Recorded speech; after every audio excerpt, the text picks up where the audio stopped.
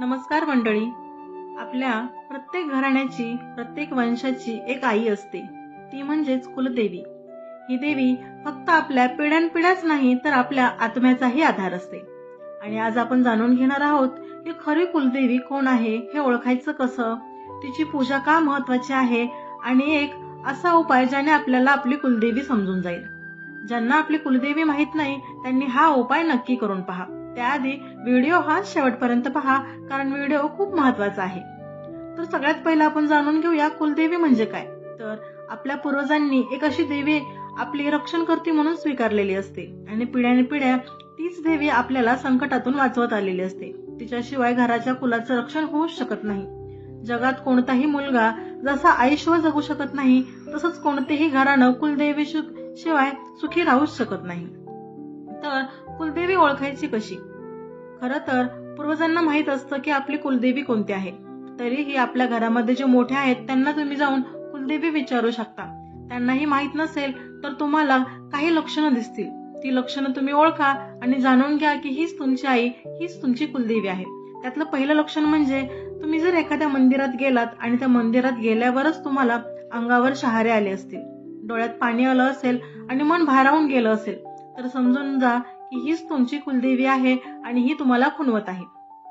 दुसरं म्हणजे जर तुम्ही एखाद्या अडचणीत असाल किंवा काही जणांच्या घरी सतत आजारपण आहेत, वादविवाद आहेत, अडथळे असतात आणि ज्या क्षणी तुम्ही कुलदेवीची पूजा करता किंवा एखाद्या देवीची पूजा करता की लगेच तुमचं आयुष्य सुधारायला चालू होतं, की समजून जा ही देखील देवी तुमची कुलस्वामिनी आहे, तुमची कुलदेवी आहे. आणि तिसरं लक्षण म्हणजे हे तर खूप लोकांना आलं आहे, जसं की बऱ्याच जणांना स्वप्नात तेजस्वी स्त्री रूप, मंदिर किंवा देवीचा हात दिसतो. हा स्वप्नातील एक संदेश असतो की हीच तुमची देवी आहे. जर तुम्ही कुलदेवीला विसरलात तर त्याचे परिणाम देखील तुमच्या घरावर होतच असतात.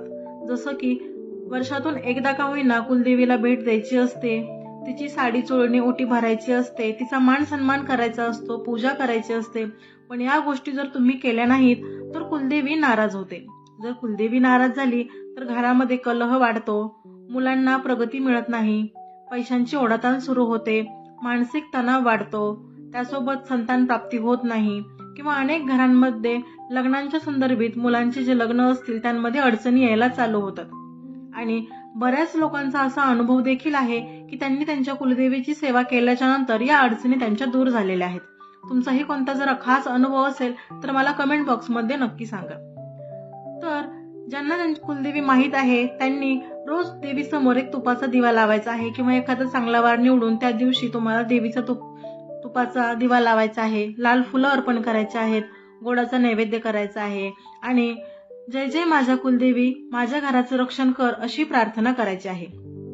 त्यासोबतच जर तुम्हाला तुमच्या घराची कुलदेवी माहित असेल तर तुम्ही कुलदेवीची पूजा करते वेळेस ओम श्री कुलदेवे नमः या मंत्राचा जप आधी करायचा आहे आणि त्यानंतर पूजेला तुम्हाला सुरुवात करायची आहे. त्यासोबतच आता आपण या एक उपायाबद्दल जाणून घेऊया की ज्यांना कुलदेवीच माहिती नाही तर ओळखायचं कसं. अगदी सोपा उपाय आहे नारळाचा. एक तुम्हाला नारळ घ्यायचा आहे. चला तर आता आपण हा शेकडो वर्षांपासून चालत आलेला उपाय पाहून घेऊया. त्याआधी जर तुम्ही चॅनलला नवीन असाल तर चॅनलला पहिलं सबस्क्राईब करून घ्या, जेणेकरून तुम्हाला असेच नवनवीन व्हिडिओ तुमच्यापर्यंत पोहोचतील. तर कोणत्याही एका शुभ दिवशी तुम्हाला म्हणजे शुक्रवार असो, मंगळवार असो किंवा अमावस्या किंवा नवमीच्या दिवशी एक नारळ घ्यायचा आहे. स्वच्छ पांढरा कपडा किंवा लाल कपडा तुम्हाला घ्यायचा आहे. त्यावर तुम्हाला एक स्वच्छ आणि ताजा नारळ ठेवायचा आहे आणि त्या नारळावरती हळदी कुंकू लावायचं आहे, थोडेसे अक्षता अर्पण करायचे आहेत आणि त्यावरती तुम्हाला कापूर ठेवायचा आहे आणि कापूर जाळायचा आहे. आणि जोपर्यंत कापूर जळत नाही तोपर्यंत तुम्हाला हा नारळ हातामध्ये ठेवून देवीकडे तोंड करून बसायचं आहे, तुमच्या देवाऱ्यामध्ये बसायचं आहे, पूजा करायची आहे आणि मनातली मनात म्हणायचं आहे, आई माझी खरी कुलदेवी कोण आहे हे मला सांग, मला तुझं नाव जाणून घ्यायचं आहे. आणि हा नारळ तुमच्या डोक्यांवरून 3 वेळा फिरून परत स्वच्छ ठिकाणी ठेवायचा आहे. कापूर ठेवल्यामुळं हा नारळ तडा जातो, याला नारळ फुटला जातो. जो तुम्हाला हा उपाय 3 शुक्रवार, 3 मंगळवार किंवा कोणतेही 3 दिवस निवडून तुम्हाला हा उपाय करायचा आहे. आणि हे असं केल्याच्या नंतर देवी साक्षात तुमच्या स्वप्नात येऊन तुम्हाला दर्शन देईल किंवा आधी सांगितल्याप्रमाणे कोणतं ना कोणतं एक संकेत तर नक्की देऊन जाईल. आणि हा जर अनुभव तुम्हाला आला असेल तर मला नक्की कळवा.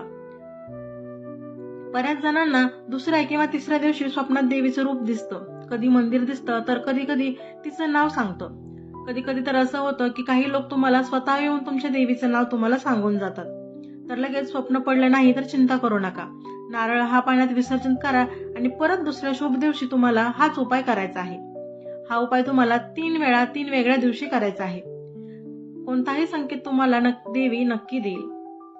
एकदा का तुमची खरी कुलदेवी तुम्हाला समजली की आयुष्य वेगळं वाटायला तुम्हाला चालू होईल. कामं सुरळीत होतील, घरामध्ये शांतता येईल आणि मनामध्ये समाधान देखील राहील.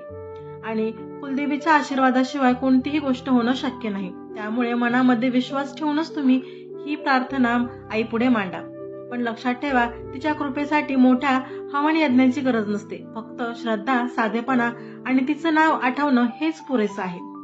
तरीही खूप प्रयत्न करून झाले आणि तुम्हाला तुमची कुलदेवी आणखीही समजत नाही, तर तुमची एखादी ग्रामदेवता असेल किंवा तुमच्या आजूबाजूची कुठल्या प्रसिद्ध अशी